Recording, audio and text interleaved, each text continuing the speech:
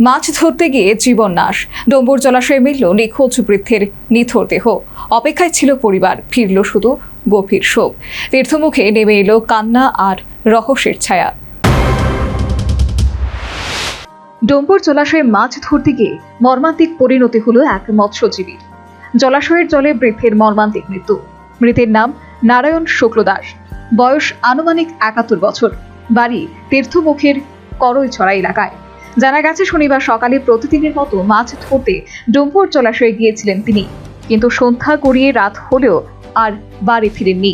পরিবারের উদ্বেগ বাড়তে এলাকাবাসী শুরু করেন খোঁজাখুঁজি। জলাশয়ের বিভিন্ন প্রান্তে তল্লাশি চালিয়েও কোনো সন্ধান মেলেনি। অবশেষে রবিবার দুপুর 12:30 নাগাদ তীর্থমুখ সংলগ্ন ডম্বুর জলাশয়ে ভেসে ওঠে নারায়ণ শুক্ল দাসের নিথর দেহ। মুহূর্তেই এলাকায় ছড়িয়ে পড়ে চাঞ্চল্য। খবর দেওয়া হয় যতনবাড়ি অগ্নিনির্বাপক দপ্তর ও নতুন বাজার থানার পুলিশকে। দমকল কর্মী ও পুলিশ ঘটনাস্থলে পৌঁছে মৃতদেহ উদ্ধার করে নতুন বাজার গ্রামীণ হাসপাতালে নিয়ে যায়। সেখান থেকে ময়নাতদন্তের জন্য দেহ পাঠানো হয় মর্গে। স্বামীর মর্মান্তিক মৃত্যুর ঘটনায় শোকে চোখের জল শুকিয়ে গেছে স্ত্রী। তার বুকে এখন শুধু দীর্ঘশ্বাস।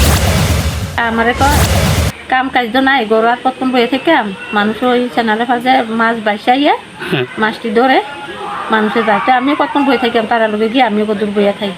তাহলে আমি কই যাইলে ভাতটা খাইয়া যাও, তাহলে ভাত খাইছে, ঠান্ডা ভাত খাইছে, খাইয়া গেছে। তো কয় আমার আইতে একটু দেরিব, আমি 3টা বাজবো, একটু বইয়া থেকে মাছ কি কইতে কইতে ভাই লাগবে না। মানুষের থাকলে মানুষের লোকে শেয়ারে দেবো।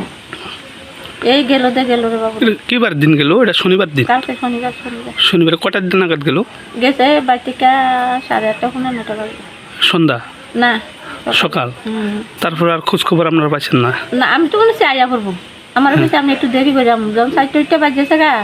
এবার আমার মনটা ইটান করবে, আরো মানুষ আসছো না, তারা আর বেশি কিরে শঙ্কর তো কাকু কুক, আমি গেছি উপরে তো কাকু কুক, ও কাকু তো বাদ গেছে না, আমি কই না, এ না কইছে যে এবার খুঁজাখুঁজি আরম্ভ হয়েছে।